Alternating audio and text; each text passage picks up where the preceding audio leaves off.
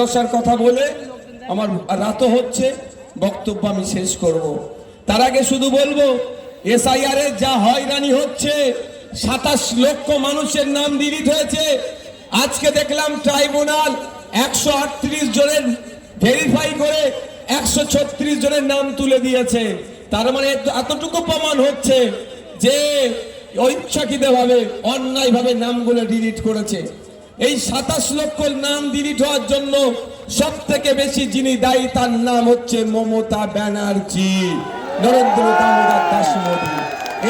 এরা প্ল্যান করে বাঙালি 27 লক্ষকে হয়রানি করছে। তাই বাঙালিদেরকে শপথ ঐক্যবদ্ধ হতে হবে। আমরাও জবাব দেব, এই নির্বাচনে বিজেপি তৃণমূলকে আমরা শূন্য করব। এখানে এসসি রিজার্ভ সিট, মমতা ব্যানার্জির এসসি ভালোবাসা একটু আপনাদের জেনে নিয়েন।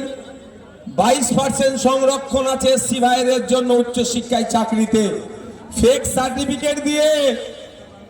সার্টিফিকেট ইস্যু করে প্রকৃত দলিত অর্থাৎ পিছড়ে বর্গের হিন্দু ভাইদের অধিকার এই মমতা ব্যানার্জি সরকার খেয়ে নিচ্ছে।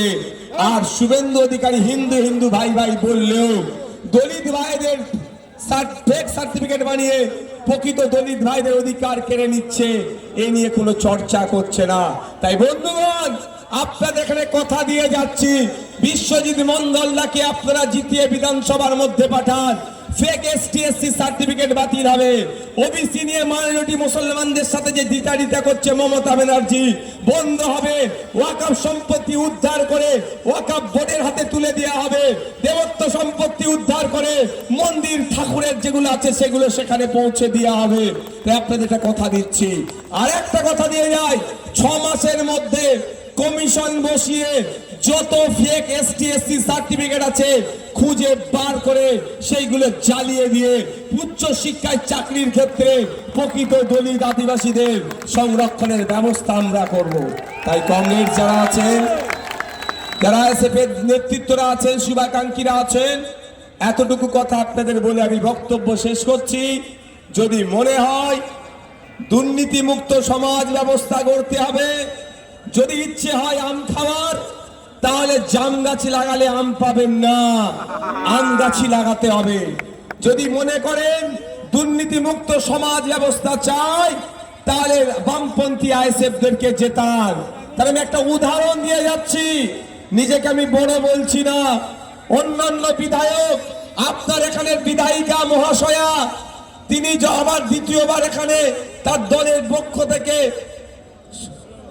মানে আমি দ্বিতীয়বার বলছি, চতুর্থবার হোক, কি তিনি তার দলের পক্ষ থেকে মনোনীত হয়েছেন। 2021-এ তিনি যিনি হলফনামা যেটা দিয়েছেন, আর 2026-এর হলফনামা দেখবেন সম্পত্তি তার বেড়ে গেছে। কিন্তু সংযুক্ত মোর্চার একমাত্র বিধায়ক, ভাঙড়ের বিধায়কের হলফনামা তুলে দেখুন আপনারা, সম্পত্তি কমে গিয়েছে, ইনকাম বাড়েনি, ইনকাম করেছে। এটা হচ্ছে পার্টির আদর্শ। আমি তাই দুর্নীতি করিনি বলে আপনাদের বলবো, যদি 5 বছরে কারো সাহস হয়নি আমার নামে 1 টাকার দুর্নীতির কেউ অভিযোগ আনবে, তাই আপনার আগামী 5 বছরে স্বরূপনগর বিধানসভা থেকে এমন একটা মানুষকে জিতিয়ে পাঠান যে তা ইডি সিবিআই এর ভয়ে